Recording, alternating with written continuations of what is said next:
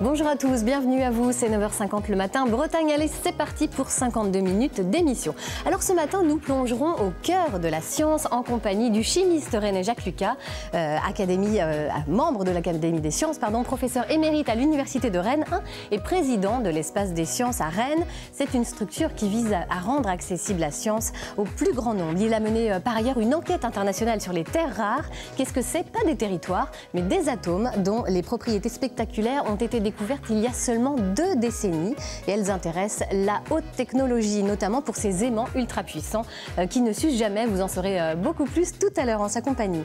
Nous rejoindra également Nicolas Guillas, rédacteur en chef du magazine Science Ouest, le mensuel de l'actualité scientifique en Bretagne, édité par l'Espace des sciences. Du côté des archives de l'INA, Christelle Molina évoquera quant à elle la journée d'un écolier breton en 1965 et vous verrez, ça a bien changé. Retour également ce matin sur un sujet sensible, l'aménagement de nos côtes encadré par la loi littorale. L'occasion pour nous de rappeler les règles en matière de construction en bord de mer avec le notaire maître Geoffroy Aymonnet. Nous retrouverons aussi bien entendu la sélection culturelle de ce week-end de Sabine Marimurg avec de très jolies découvertes. Sans oublier l'ami Billy que l'on retrouvera dans une brasserie, celle de Sainte-Colombe au sud de l'Ille-et-Vilaine. Côté météo, aujourd'hui il fait plutôt beau avec quelques nuages épars malgré tout, mais les températures restent belles sur la Bretagne de 19 à 22 degrés. Allez, voilà, autant de bonnes raisons de rester avec nous. On attend vos questions, vos réactions sur la page Facebook de France 3 Bretagne où cette émission est diffusée en live. Allez, 9h50 le matin, Bretagne, c'est parti. On se retrouve tout de suite.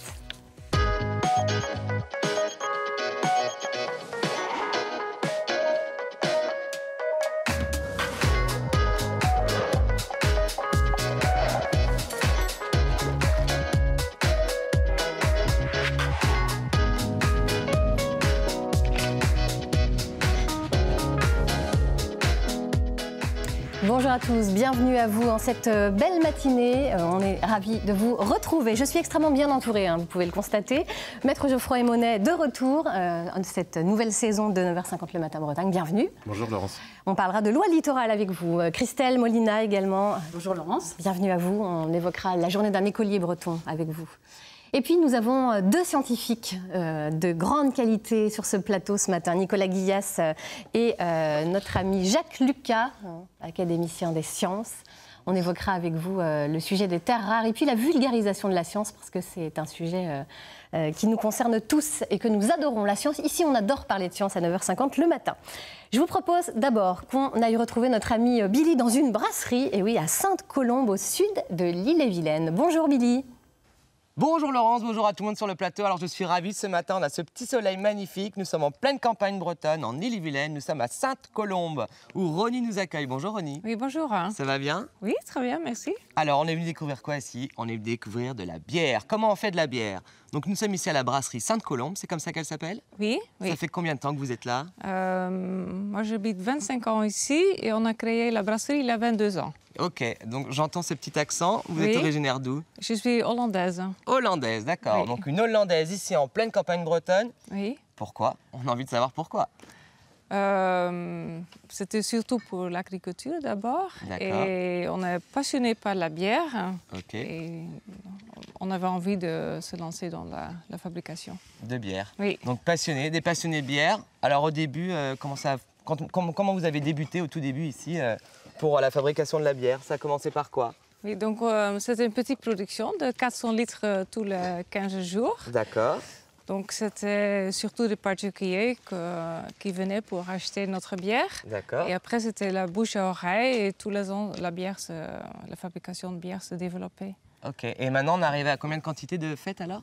On fait 6 000 litres à 8 000 litres par semaine. Oh là, 6 à 8 000 litres par semaine. Donc on a commencé avec 400 litres au tout début. Oui. Et là on a 6 ou 8 000 litres. Oui, mais bon, c'est 22 ans qu'on Ok. a Et du coup vous commencé devez avoir il y a plus 22 ans. d'employés quoi? Oui, on a 7 maintenant avec mon mari et moi dedans. D'accord. Donc c'est une activité à temps plein là, tout le monde bosse là-dedans. Ah oui, bien sûr, oui. Ok. Et vous vous occupez plus de la partie fabrication ou plutôt les bureaux et tout ça? C'est changé parce qu'au début c'était moi à la fabrication et maintenant je fais plutôt la gérance. Ok, Notre c'est bien, on se repose brasserie. un peu. Ça Quoi. a changé un peu. Je pense qu'au début on devait coller les étiquettes à la main et tout ça. Quoi. Oui, c'est ça, oui. Bon, bah, vous voyez Laurence que là il y a du boulot parce qu'on voit qu'il y a un stock. Alors vous avez, là c'est des fûts, c'est ça? Et Oui. vous distribuez qu'avec des fûts ou aussi avec des bouteilles? Nous avons des fûts et des bouteilles. D'accord.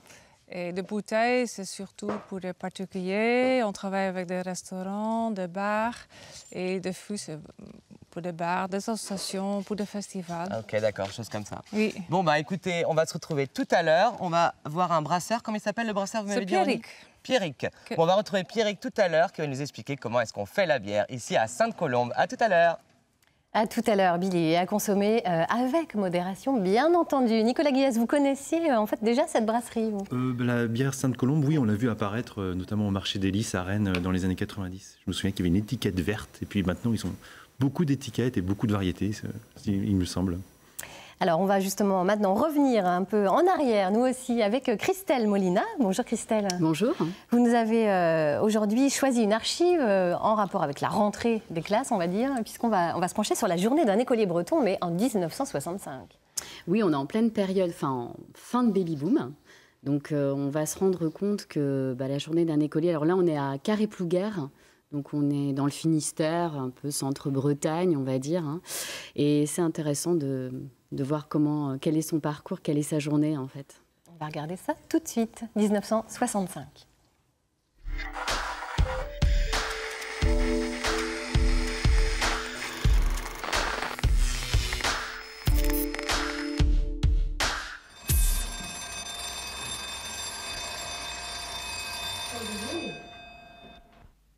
Je m'appelle Roland Guéguin, je suis né à Calac dans les Côtes-du-Nord et il y a quelques années, mon père est venu prendre une ferme à Carré. Je me lève tous les matins à 7 h, je prends mon vélomoteur et ensuite je me rends au lycée où je suis demi-pensionnaire en 4e classique 1.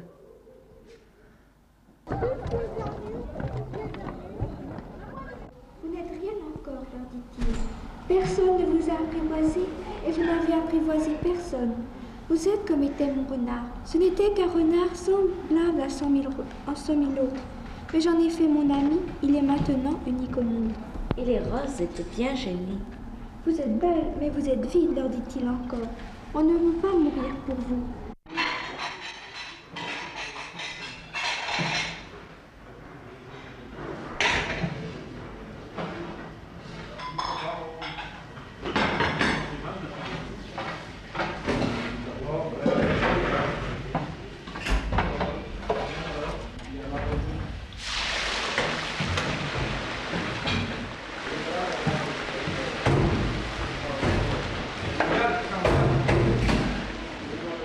Oui. Alors, wieso de spade? De spleha? De spleha? De carais, wieso de spade? Ah. En obligerait pas school? Ja, Bon. Mais tous les élèves en effort. ja. Bien. Je pensais que je perds les. Bon, alors c'est bon? Oui.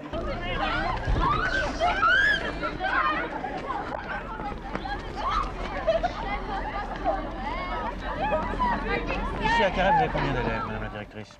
713 élèves actuellement. Je crois, Madame la Directrice, sans trahir aucun secret, que vous êtes bretonne, mais que pensez-vous de toute façon des élèves bretons? Je pense que les élèves bretons sont intelligents. En particulier les Finistériens, peut-être. Ils ont des qualités de solidité, de ténacité au travail. Oui, puis enfin, ils réussissent. Ils réussissent, oui.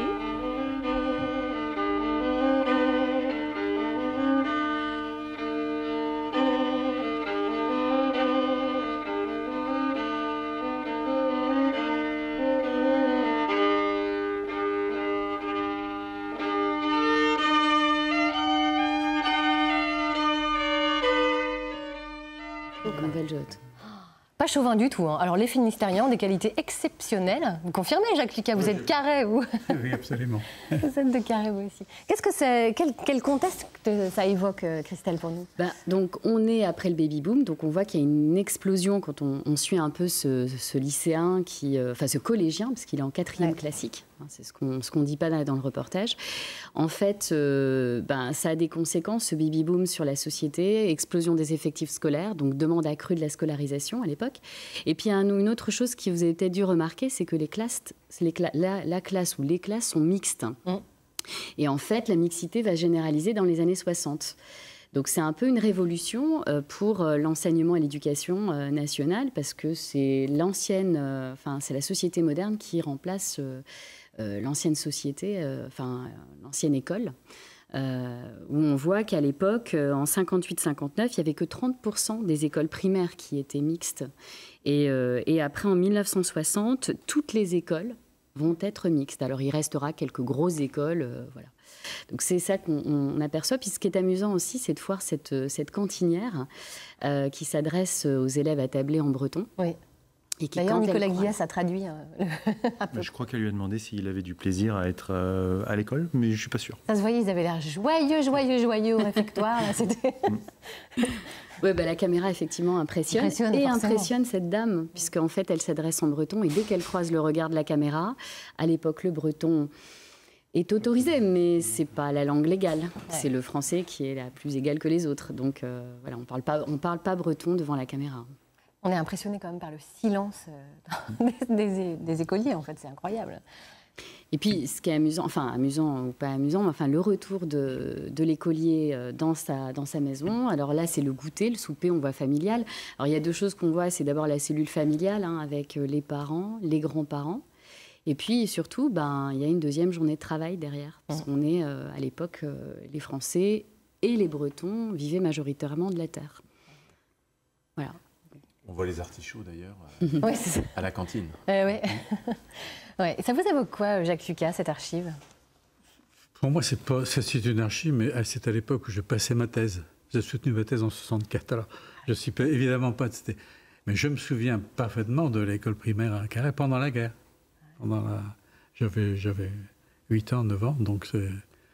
Et c'était un peu ça, c'était un autre monde, un autre monde. Vous vous souvenez de silence, là, dans le réfectoire? C'était vraiment comme ça? Oui, on marchait à la baguette, oui. C'est trop long.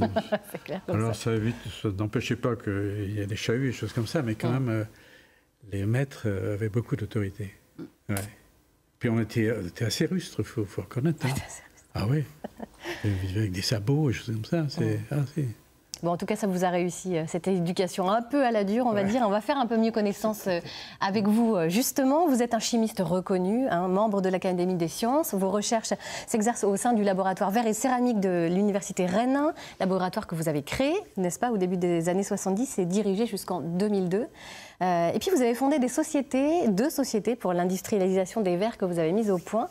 Alors, on dit les verres fluorés, c'est ça? Expliquez-nous un peu le principe. Est-ce que ça a apporté et dans quel domaine on les utilise, au fait? On les utilise, disons, dans le domaine infrarouge, essentiellement. Mais il faut reconnaître que les espoirs qu'on avait mis dans les verres fluorés au départ, qui étaient de remplacer les amplificateurs optiques, ça n'a pas réellement marché. Les verres fluorés sont partis sur l'idée que c'est des verres ultra transparents, et qu'on pouvait en faire des lignes de communication de milliers de kilomètres. Et puis là, on s'est fait battre par la silice, parce que la silice, c'est un matériau qui n'était pas nouveau.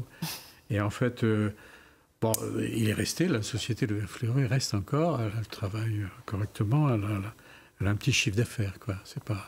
Mais disons, le verre fluoré, c'est une période qui s'est terminée pour moi aux environs des années 80, 85. Et on a remplacé les verres fluorés par des verres noirs. Alors là, tout à fait nouveau, des verres infrarouges, des verres pour voir la nuit. Et là, on a créé une société qui s'appelait Vertex, qui a été rachetée par un gros opérateur qui s'appelle Umicore Airglass. Et c'est une société qui était assignée, qui marche très bien. Ils font des petites lentilles pour les caméras, caméras infrarouges. En fait, on en a créé deux autres. On en a 4. Maintenant, vous en avez 4. Bon. Quelle est la place, selon vous, que doit occuper la science aujourd'hui dans notre société, finalement? On voit qu'elle a de plus en plus, évidemment, à faire avec l'industrie, évidemment.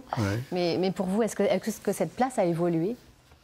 Moi, j'ai peut-être une approche assez particulière. Je suis peut-être le seul universitaire à avoir été de la recherche fondamentale, la découverte d'un matériau qui n'existait pas, de l'avoir inventé, de l'avoir développé et de l'avoir mené jusqu'à la vente. Je pense que c'est une affaire qui est un peu unique. Je ne sais pas si je n'ai pas le gène du commerce, c'est rien, mais je pensais que j'ai eu la chance de faire de la science et je me dis, il faut quand même que je retourne ce bénéfice-là à la société. Alors, autant que ça profite à quelqu'un. Pour l'instant, on a peut-être créé une centaine d'emplois, 150 emplois, quoi. Et je me dis, c'est pas perdu pour tout le monde, quoi. Donc la science, pour moi, c'est d'abord prendre du plaisir à inventer des nouveaux matériaux, des nouveaux verres en l'occurrence, et puis d'essayer de les porter jusqu'à ce qu'on les vende. Aujourd'hui, la place de la science pour les jeunes a-t-elle changé? Comment peut-on la vulgariser?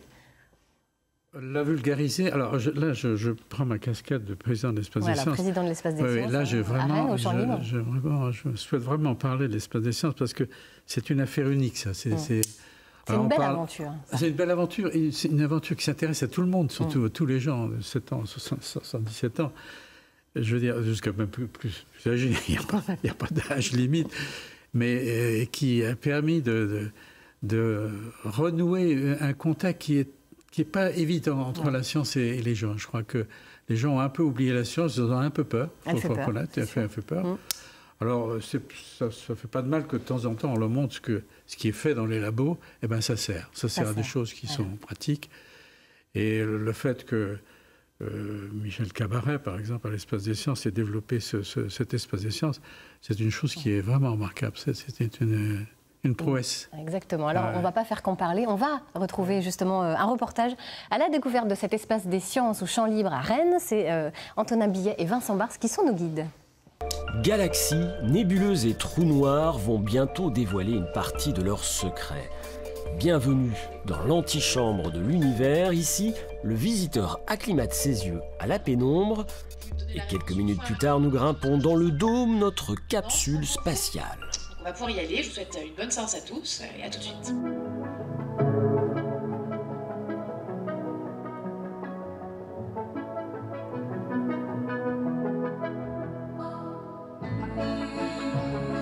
Face à vous, la belle planète Saturne. Saturne qu'on connaît très facilement grâce à ses anneaux. Et je vous propose d'aller y plonger dedans quelques instants.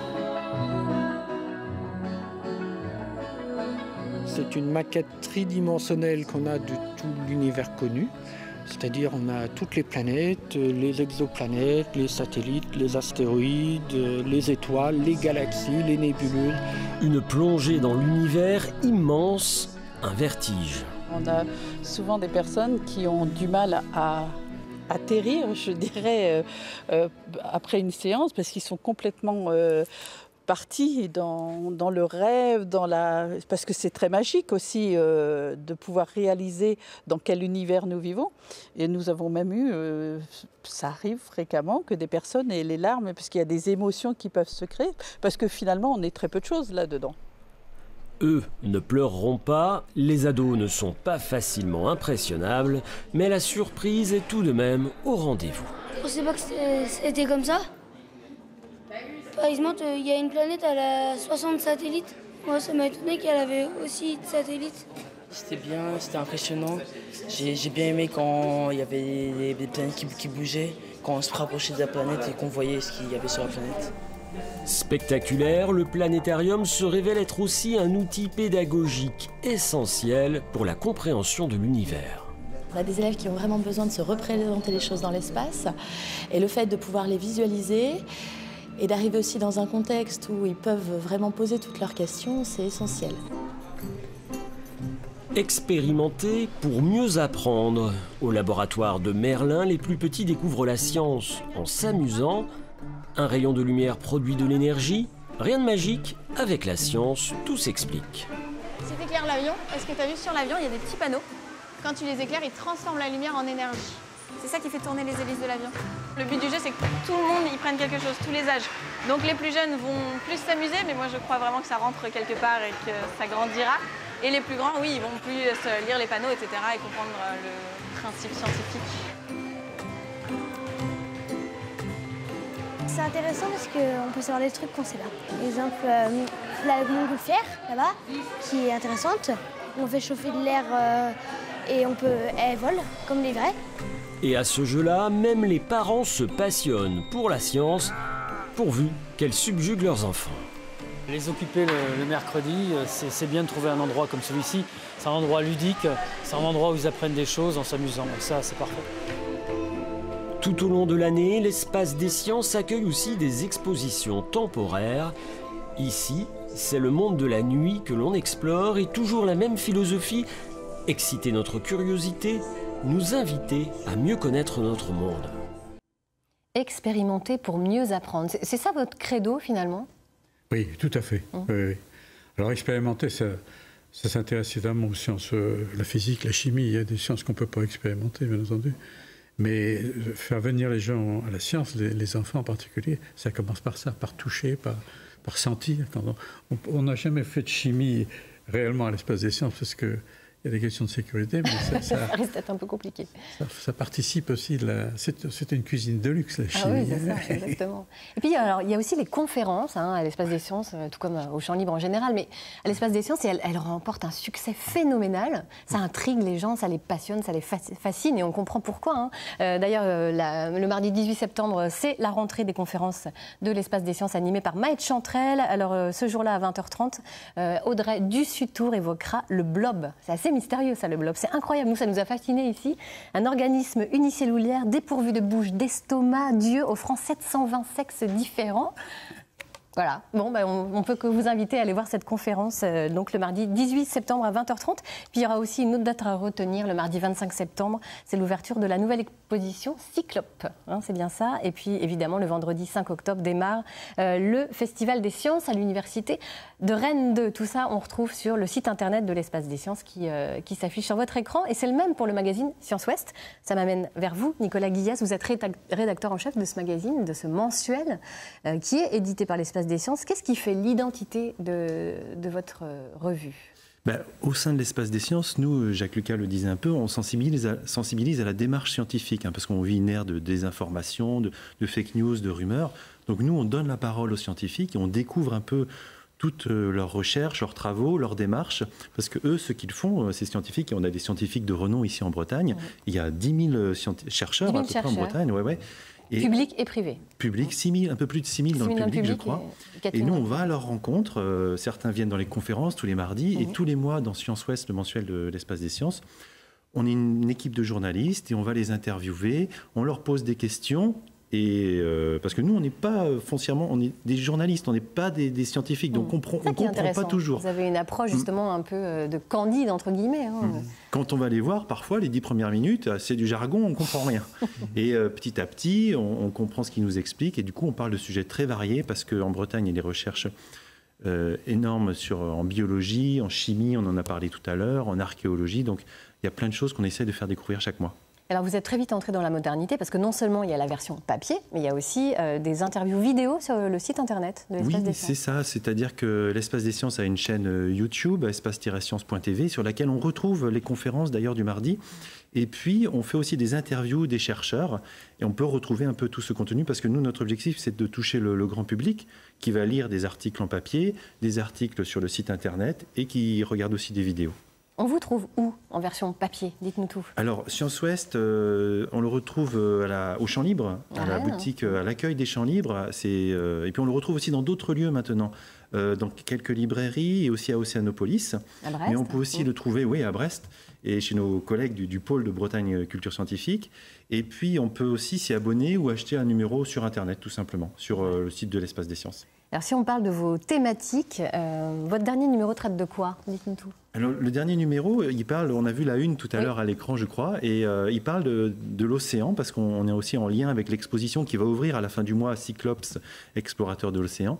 Et là, on a posé des questions au directeur de l'IFREMER Bretagne et puis au président du Muséum national d'histoire naturelle. Comment va évoluer l'océan? Qu'est-ce que l'on sait aujourd'hui? Et on fait le focus sur certaines recherches. Par exemple, au fond de l'océan, il y a des espèces invasives tout au fond de l'océan. Ça, c'est des recherches qui sont menées à Brest. Il y a d'autres chercheurs qui étudient comment cartographier vraiment l'océan pour savoir qu'est-ce qu'on va faire où. Est-ce qu'on met des éoliennes ici? Est-ce qu'on voilà, parce que là, l'océan, c'est un enjeu majeur pour ce siècle. Et donc, on est allé voir les chercheurs qui nous expliquent tout ça. Eh bien, écoutez, et alors oui. Il y a aussi, ça c'est le dossier principal, mais il y a aussi toute l'actualité. Plein d'autres articles, évidemment. Et puis en juin dernier, vous avez fait un numéro spécial sur les terres rares. Alors on expliquera un petit peu tout à l'heure ce que c'est. On a parlé des éoliennes, vous avez un peu fait un teasing pour ce qu'on va évoquer pour la suite. C'est Jacques Lucas qui a travaillé en partie sur ce sujet absolument passionnant. On l'évoquera dans quelques instants. Voilà, merci beaucoup à tous les deux. Ça vous inspire quoi, la science vulgarisée? Est-ce que vous êtes des scientifiques, Geoffroy et Christelle? Moi, la mer, ça me parle parce que j'ai travaillé au service hydrographique, océanographique de la marine, qui était entre Brest et Paris. Donc la cartographie des océans, c'est quelque chose que je trouve passionnant. Et effectivement, l'océan recèle de beaucoup de trésors. Donc, mais après, je suis profane, mais j'adore cet univers. Et la science en particulier. Mais... Geoffroy ? Assez peu. Moi, c'est vrai que je suis un scientifique modéré. Mais ça m'intéresse. Scientifique modéré. Ça m'intéresse toujours quand même, surtout quand c'est, comme tous les métiers, assez vulgarisé, dans le bon sens du terme, bien sûr, mais accessible. Et on se rend compte qu'en tout cas, les sciences chez les enfants remportent beaucoup de succès, parce que ça les attire énormément, beaucoup plus que d'autres sujets. Donc, quand c'est abordé de cette façon ludique, évidemment, c'est sûr que ça change tout. Et oui, effectivement. Bon, on va maintenant faire un petit point sur l'actualité qui vous attend ce midi dans votre journal sur France 3 Bretagne. On va revenir sur le meurtre d'un quinquagénaire hier soir à Noyal-Châtillon-sur-Seiche. L'homme a été tué de plusieurs coups de couteau. Nous irons au SPAS, bien entendu, à Rennes. Au lendemain de son élection à la présidence de l'Assemblée nationale, Richard Ferrand effectue une visite surprise au Salon international des productions animales. Et puis enfin, nous donnerons un coup de projecteur à travers notre rendez-vous hebdomadaire Atout Éco sur la société OKWind, l'entreprise de Vitré imagine et fabrique des panneaux photovoltaïques. En plein essor, elle recrute et prévoit de s'exporter en Angleterre et en Espagne. Voilà, n'oubliez pas donc le journal à midi. Et puis quant à nous, on se retrouvera dans quelques instants avec l'agenda culturel de Sabine. Et puis on va vous retrouver, Maître Emonet, juste après Billy, qu'on va lui retrouver à la brasserie Sainte-Colombe. Billy. Donc ça y est Laurence, et bien maintenant nous sommes là dans les greniers avec notre ami Pierrick qui va nous montrer comment on fait la bière. Exactement, voilà. C'est ça hein? Exactement. Alors la bière, au début c'est... C'est de l'eau qui est dans une cuve et on va rajouter du malt concassé. Ça marche. Alors le malt c'est quoi exactement? Parce que là, si on ne précise pas, c'est du malt d'orge, ça ne précise pas, sinon c'est du... Donc là c'est du malt, là. Voilà, exactement. On dirait comme un grain de blé ou quelque chose comme ça quoi. Comme un grain d'orge déjà, c'est déjà pas mal. Parce que le grain de blé, on l'a là. Le grain de blé, on l'a là.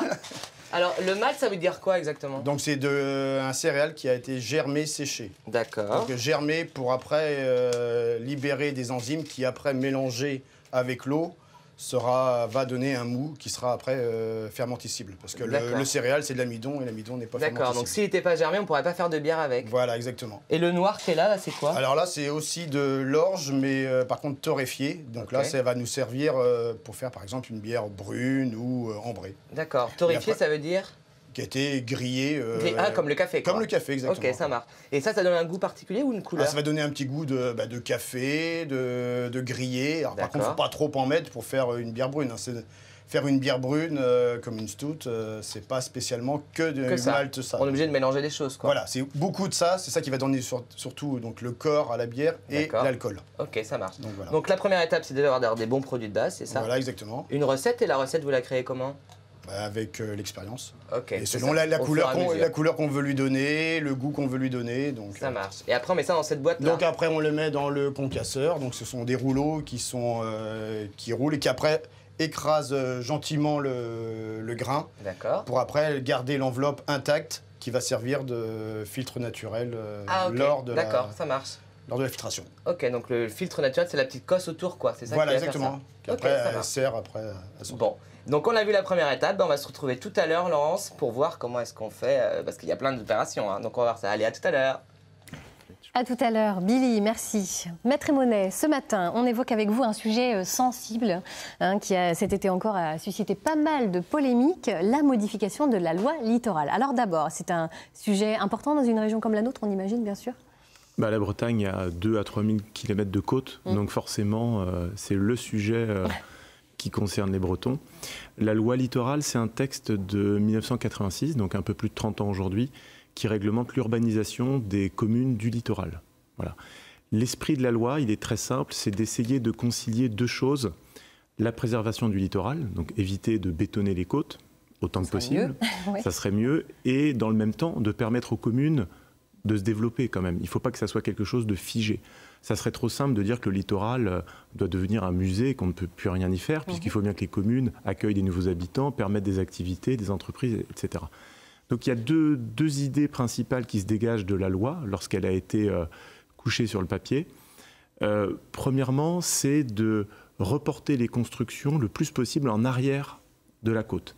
C'est donc une bande d'inconstructibilité de 100 mètres à partir du rivage.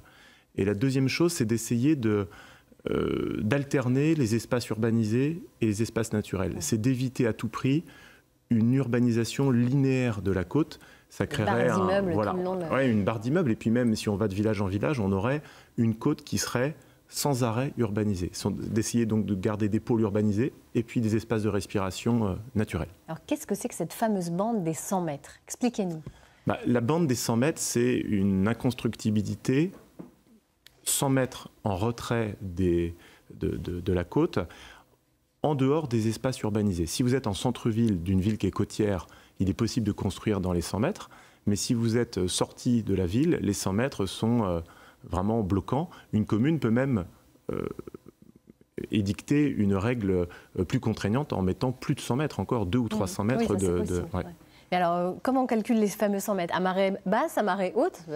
Alors, c'est effectivement, c'est marée haute parce qu'on prend le trait le plus haut de mer, donc c'est les hautes mers, et ensuite vous faites 100 mètres à l'horizontale et ça vous laisse une bande vierge.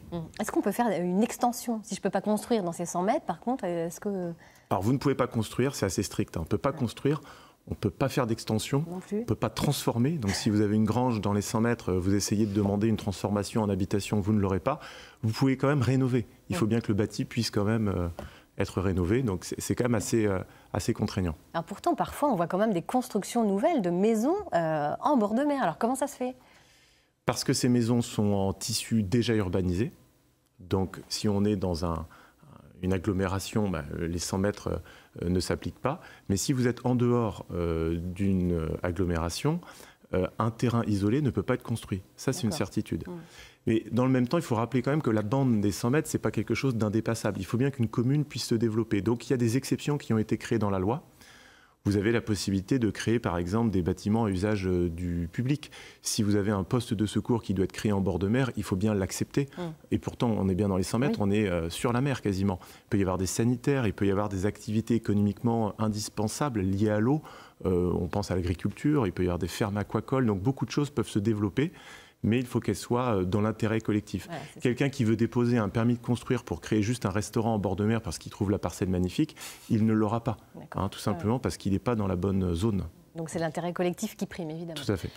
En ce qui concerne le sentier du littoral, que dit le droit? Alors c'est assez simple. Le sentier du littoral, on appelle également chemin de douanier. On le connaît tous parce que c'est magnifique, ça serpente à droite, à gauche. Il dit une chose très simple, la loi dit une chose très simple. Un passage de 3 mètres doit être concédé par tous les propriétaires qui sont riverains du trait de côte de la mer. Donc il doit y avoir un sentier qui se crée et ils doivent laisser le passage sur cette largeur de 3 mètres, un passage qui est uniquement à usage de piétons. Parce que sinon c'est sans fin. Il y aurait les vélos, après il y aurait des choses à moteur, après on s'en sort plus. Donc c'est uniquement pour marcher. Alors certains propriétaires ne sont pas concernés. Expliquez-nous ça. Oui, on a tous connu, on connaît tous des endroits où, en se promenant en bord de mer, on se retrouve bloqué. C'est-à-dire qu'à un moment, on arrive et puis il y a un mur, il y a une maison. Et il faut contourner. Voilà. Et pourtant, on se dit, mais il y a cette histoire de sentier littoral. Alors, qui a raison, en fait, dans tout ça?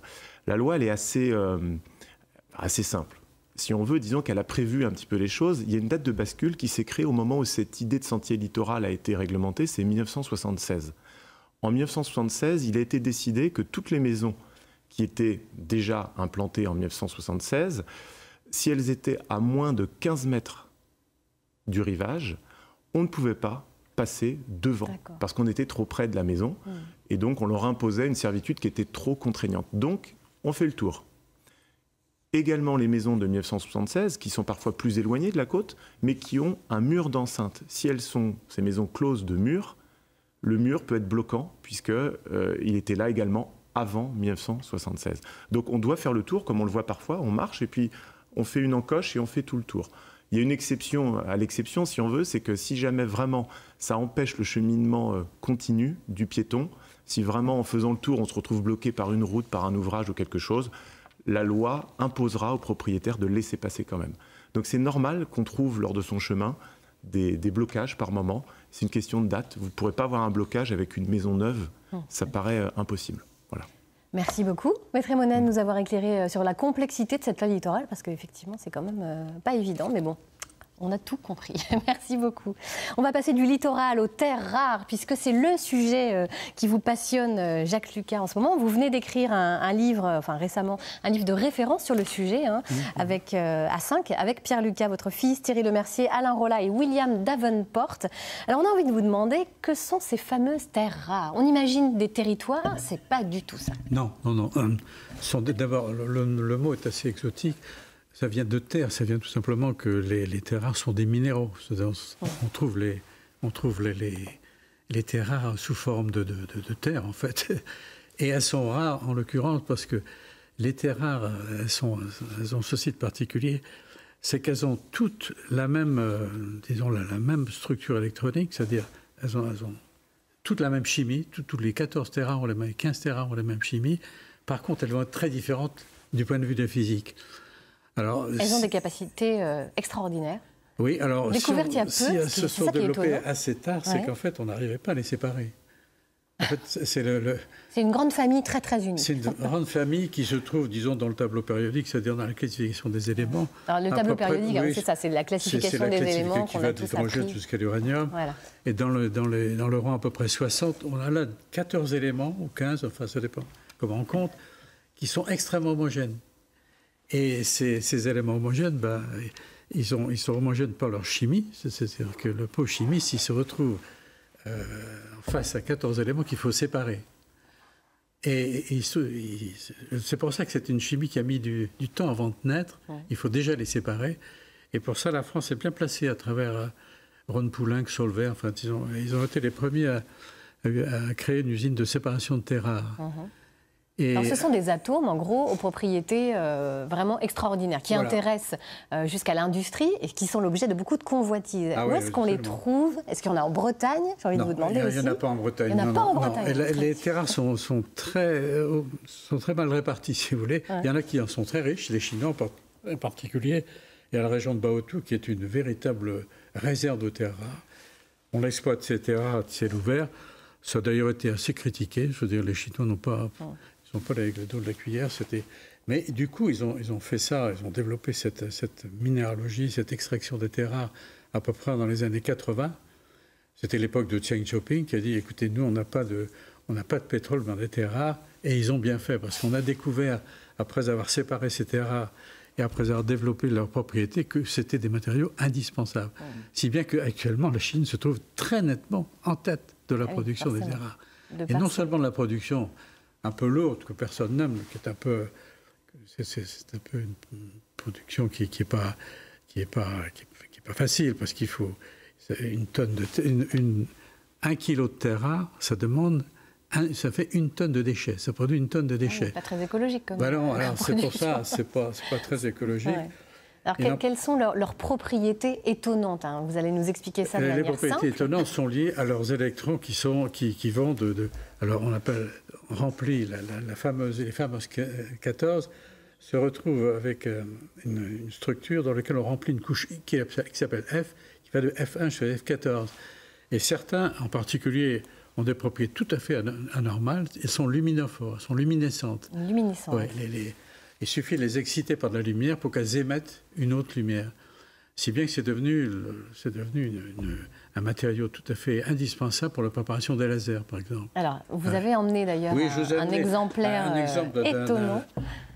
Qu'est-ce que c'est que ça? Alors, c'est un morceau de verre qui contient du néodyme. Le néodyme, il est dans le tableau périodique. Dans le tableau périodique, le 4e ou le 5e, il était coché. Et ce laser, quand on l'éclaire avec une lumière... disons extérieure, qui est un flash, il émet de la lumière le long de l'axe. Malheureusement, ce n'est pas une lumière visible, c'est une lumière infrarouge. Mais il n'empêche que ça a été les premiers lasers se sont développés à base de laser. Il y en a un autre qui est en train de sortir du bois, c'est l'ytterbium, qui émet à 1 micron et qui est utilisé cette fois-ci dans des fibres. Et on a réussi à faire des lasers qui sont souples, qui sont des fibres tout simplement, et qui permettent dans l'industrie d'aller découper des tôles. Dans l'industrie automobile essentiellement? Oui, dans l'industrie automobile. Il y a aussi beaucoup d'autres applications. Alors la deuxième application, celle moi qui me plaît le mieux, elle concerne encore le néodyme, c'est la préparation d'aimants. Alors ce sont des aimants ultra puissants? C'est des aimants ultra puissants, mais c'est des aimants qui... ils sont puissants. qui sont très difficiles. On ne peut pas les décoller. Des aimants ultra puissants, et ils ont 2 propriétés, d'être ultra puissants et d'être permanents. C'est-à-dire qu'ils ne s'effacent pas. Une fois que vous avez fabriqué cet aimant, il vous restera toute la vie. Ça ne s'use pas. Ça ne s'use pas. Alors, vous imaginez bien que l'industrie automobile s'est évidemment emparée de ça. Dans un moteur de voiture électrique, il y a évidemment des aimants à base de... Si vous avez une source de courant et que vous mettez un courant dans une spire, qui va créer un champ magnétique, l'aimant va être attiré. Alors, c'est le principe du moteur électrique. On peut aussi l'utiliser en sens inverse, c'est-à-dire, si maintenant on a ces aimants donc, qui sont placés devant une spire encore, et qu'on les fait tourner. Cette fois-ci, il faut donc accrocher les aimants à quelque chose. Alors, on les accroche à une éolienne, à une hydrolienne, comme on veut. Les éoliennes, oui. Et on va générer un courant à l'intérieur de la spire. Donc, c'est une industrie, ça, qui s'est développée uniquement à cause des terres rares. Dans une éolienne, les éoliennes de 2000 kW à peu près, qui est ce qu'on voit un peu traîner partout, là, sont des éoliennes qui contiennent de l'ordre de presque 1 tonne de terres rares, d'aimants de terres rares. On imagine les déchets. Oui, mais ça, on s'en occupe pas parce qu'on a acheté, tous les gens achètent leurs terres rares aux États-Unis, en Chine, et on ne s'est pas préoccupé de ce qui se passe. Parce qu'en fait, on achète les concentrés de terres rares en Chine, et ensuite, ils sont séparés en France ou ailleurs. Mais c'est une industrie qui évolue tout le temps en permanence. Et actuellement, les Chinois, pour exemple, qui ne sont pas faux, ils achètent même des minéraux de terres rares partout. Dès qu'il y a quelqu'un qui découvre des terres rares, sur toute la planète, les Chinois sont là pour l'acheter. Bon, va falloir penser à des terres rares recyclables quand même. Oui, alors ça existe, les terres rares recyclables, ça s'appelle le urban mining, c'est la récupération des terres rares dans les pots catalytiques, choses comme ça. Et ben voilà, de l'avenir, encore des applications. Oui, c'est même quelque chose d'extrêmement important. Je viens d'être demandé hier par l'université de Singapour à faire partie d'un panel international sur le recyclage et la récupération des terres rares, justement. Bon, vous viendrez nous en reparler dans quelques temps, alors. On fait ça. Je vous dirai ce qui est possible. Merci beaucoup, Jacques Lucas. Vous connaissiez les uns les autres ces terres rares, ou alors ça vous faisait rêver, vous imaginiez autre chose? Pas du tout, mais pour bien comprendre, parce qu'on dit terre rare, alors moi... C'est pas de la terre. Ouais, c'est pas de la terre. C'est de la terre, en fait. C'est de la terre, mais qui va devenir, dans lesquels on va extraire les éléments à l'état métallique ou à l'état d'ion. En fait, c'est des terres qui sont... C'est ambigu, l'appellation, parce que la terre, on a l'impression que c'est effectivement, on marche dessus. Pendant longtemps, on a marché sur les terres rares. En Chine, ils ne savaient pas qu'il y avait des terres rares. Ils s'exploitaient les mines de Baotou pour le faire. Ils balançaient les résidus. Et puis, ils se sont aperçus que dans les résidus, il y avait des terres rares, même en concentration. Du coup, ils ont récupéré. Non, c'est fascinant, en tout cas. On approfondira le sujet grâce à vous. Merci beaucoup. Sabine, vous êtes rare, vous aussi. Alors, on va vous retrouver sur les terres bretonnes. Ça bouge dans toute la Bretagne ce week-end, évidemment, puisqu'on va parler des Journées européennes du patrimoine. Vous nous avez fait une petite sélection, et on va commencer par Rochefort-en-Terre, dans le Morbihan. Voilà, alors amateurs de fantastique, vous allez être comblés. Rendez-vous dimanche pour une escale ésotérique au Naya Museum, le musée des arts de l'imaginaire. Pour la petite histoire, Naya, c'est le nom d'une sorcière qui aurait vécu sur le site du château du Rochefort-en-Terre, dans lequel se trouve ce musée. Donc au lieu de sorcière, on utiliserait aujourd'hui plutôt le nom de chamane. Bon, c'est vrai que par rapport à la science, ce n'est plus tout à fait la même chose. En tout cas, ça a permis aux 2 créateurs de créer ce musée. Emmanuel et Patrice Hubert, peintres et sculpteurs sur métal. Ils présentent cette année plus de 200 œuvres, sculptures, peintures, photographies, vidéos, illustrations sorties tout droit de l'imagination débordante de 77 artistes internationaux. Les Journées européennes donc, du patrimoine ayant pour thème cette année l'art du partage. Voilà, cette fameuse Naya. Les artistes donc, de ce musée lancent dimanche prochain un événement, le Cercle Cubique, dans le parc du château, pour faire découvrir leur univers qui est aussi visionnaire. Au programme donc de nombreuses animations gratuites, dédicaces, performances, des tables rondes, des débats, également de la musique, des jeux et aussi des expériences gustatives. Un déjeuner sans doute au goût de science-fiction, ça doit être assez pimenté, je n'ai pas le détail du menu. On verra ça. Alors à propos de menu, après avoir fait de beaux rêves ou de vilains cauchemars, on peut prendre un bon petit déj, paraît-il, dans le Finistère grâce à vous. Oui, on continue toujours dans le partage et c'est toujours dans le cadre des Journées du patrimoine. Vous êtes conviés à Melkven, commune du Finistère, ce week-end à 9h ou 10h30 le matin pour prendre un petit déjeuner théâtral. Imaginez donc devant un comptoir de bois, un délicieux chocolat chaud, un bon café, un croissant et vous dégusterez en même temps la petite Madeleine de Proust, les histoires sucrées d'Alice au pays des merveilles. 2 actrices cordon bleu vous embarquent pour 30 minutes de dégustation d'histoires inspirées principalement, vous connaissez peut-être, des 1000 c'est l'année culinaire de Monsieur Schott. Vous savez, c'est un recueil en fait d'articles et d'études variées d'un Anglais, Monsieur Schott, sur le boire et le manger. Et en fait, c'est un joyeux fourre-tout. Ça peut partir de la recette du gloubi-boulga, ça vous rappelle quelque chose? La recette de Casimir. Casimir, oui, bien sûr. De l'île aux enfants. La symbolique aussi du gâteau de mariage, en passant par le dernier repas d'un condamné à mort. Donc, en fait, ces comédiens partent de ce sujet de Monsieur Schott. Et je vous propose d'ailleurs de voir un avant-goût sur cet extrait. Et un café, hop là, attention, et il faut prendre son temps, hein, parce que tout bonheur dépend d'un petit déjeuner, les prix à loisir. Un café aussi? Un café, c'est parti, hop là, voilà. À l'instant même où la gorgée mêlée des miettes du gâteau touche à mon palais, je tressaillis, attentif à ce qu'il se passait d'extraordinaire en moi. Un plaisir délicieux m'avait envahi, isolé, sans la notion de sa cause. Il m'avait aussitôt rendu les vicissitudes de la vie indifférentes. Ses désastres illusoires, sa brièveté inoffensive. De la même façon qu'opère l'amour, en me remplissant d'une essence précieuse. Ou plutôt, cette essence n'était pas en moi.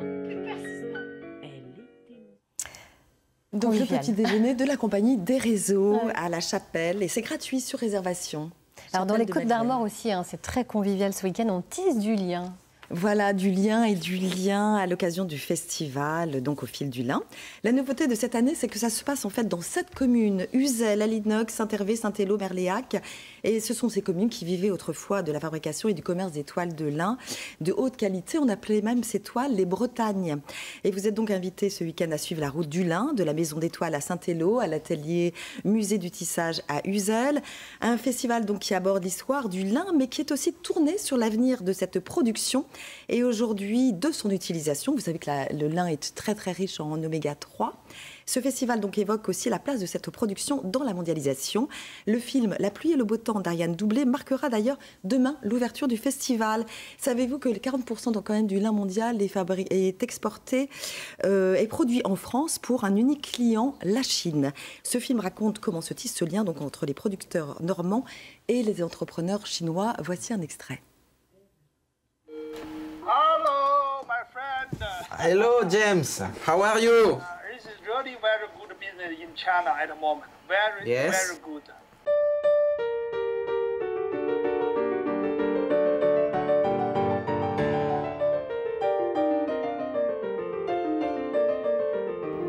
Aujourd'hui, on vend tout en Chine parce que c'est notre client number one et il n'y a pratiquement pas de numéro 2. Non. Ouais. Il a mis un combien? Elle dit non. Elle dit non, et on va jamais y arriver, tu lui dis, s'il refuse tout. La partie agricole, on la maîtrise, tout le reste, on la subit plutôt, quoi. Voilà, merci beaucoup Sabine pour cette sélection pour ce week-end. Merci infiniment. On va retrouver maintenant en Ille-et-Vilaine, cette fois, notre ami Billy. Bonjour Billy. Alors ça y est Laurence, donc maintenant nous sommes là dans la salle, on a quitté les greniers où il faisait très très chaud tout à l'heure. J'ai mon malt qui est ici. On l'a concassé, compacté, je ne sais plus comment concassé, on dit. voilà. Concassé. Il tombe directement dans la cuve d'empâtage où il attend une certaine quantité d'eau. Donc là, selon la recette, on va lui faire des paliers de température à 62 degrés pour sortir le maximum d'alcool. Après, derrière, un palier un peu plus haut pour lui donner du corps. Alors, 62 degrés pour le maximum d'alcool. C'est l'alcool qui va ressortir de la bière à 62 degrés? Non, non. C'est-à-dire que là, on va transformer l'amidon en sucre fermenticible. D'accord. Donc là, après, le sucre fermenticible va être technique, après... Ça, voilà. Amidon en sucre fermenticible. Voilà. Contrairement au cidre et au vin où déjà le sucre est là. Là, faut l'amener. Donc après, un deuxième palier, on va dire 10 degrés plus haut pour amener un peu de corps à la bière. Et un dernier palier pour casser l'activité enzymatique avant d'envoyer cette trempe dans une cuve filtre. Et ça, les paliers, ça dure combien de temps à peu près? Ça peut durer à peu près entre 1 heure et 2 heures selon les recettes. D'accord.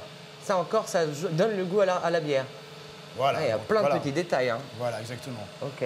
Donc après, derrière, filtration naturelle avec les enveloppes donc, légèrement concassées. Donc le mou arrive, sort de la cuve, va dans la cuve d'ébullition, où là, on va rajouter, comment dire, du houblon. Alors au début pour l'amertume, et enfin pour l'arôme et ça c'est pareil, les quantités, ça fait jouer la recette. Voilà, exactement. Mais alors quand tu dis de là à là, ça passe là, mais c'est épais du coup là. Oui, bah, il passe dans les différents tuyaux. Et, voilà, et on le filtre quand alors? Je me souviens plus. Il est filtré ici. Ah, là directement. Voilà, exactement, sur un faux fond, tel un café, voilà.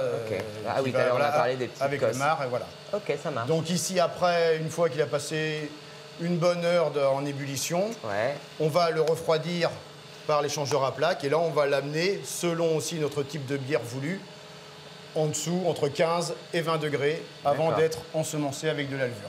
Ok. Et le degré d'alcool, du coup, il est déterminé par quoi? Par la quantité de malt qui sera mise au départ. Ok, ça marche. Et une fois donc là qu'on a refroidi, après ça part? Dans les cuves de fermentation ou fermenteurs, donc soit des simples ou des doubles qui se trouvent à côté. Les grandes qu'on a vues dehors voilà, donc quand là, on est arrivé. Des ok, ça marche. Et là, la bière, elle est faite? Non. Ah, il reste encore des étapes. Donc là, on est arrivé seulement sur la première journée qui était la journée de brassage. D'accord. Donc là, après, dans les fermenteurs, chez nous, c'est de la fermentation haute. Donc ça veut dire on est autour d'une semaine de fermentation. Ok. Là, donc justement, le sucre va se transformer en alcool et gaz carbonique. Ok. Comme pour le cidre, comme pour tout ça. Exactement. Donc soit, après cette période de fermentation, on va la clarifier par une garde au froid. Donc on va refroidir ce brassin qui va après descendre entre 7 et 10 degrés. Et là, à ce niveau-là, après, soit on le met directement en fût si on a gardé son gaz carbonique. Sinon, si le gaz carbonique a été retiré, on le met en bouteille. On le met en bouteille en faisant une refermentation et là, il repart pour une après, semaine. On déguste, mais avec modération, la bière. Oui, si on veut. Bah si, c'est important. Bon, bah voilà, Laurent, je pense qu'on a essayé de vous montrer comment est-ce qu'on faisait cette bière ici à Sainte-Colombe. Donc, on peut venir découvrir ça ici, il n'y a pas de souci. À très bientôt. Merci beaucoup, Billy. Voilà, c'est la fin de cette émission. Merci à tous d'avoir été avec nous. Demain, 9h50, nous ferons un zoom sur le festival I'm From Rennes en compagnie de l'un de ses organisateurs, Cédric Bouchu, et du chanteur François Audrin qui nous offrira un live. On sera également présent au SPACE, le salon de l'élevage, grâce à Sylvie Denis. Et puis, il sera question aussi de philosophie. Allez, prenez soin de vous. Belle journée. Kenavo.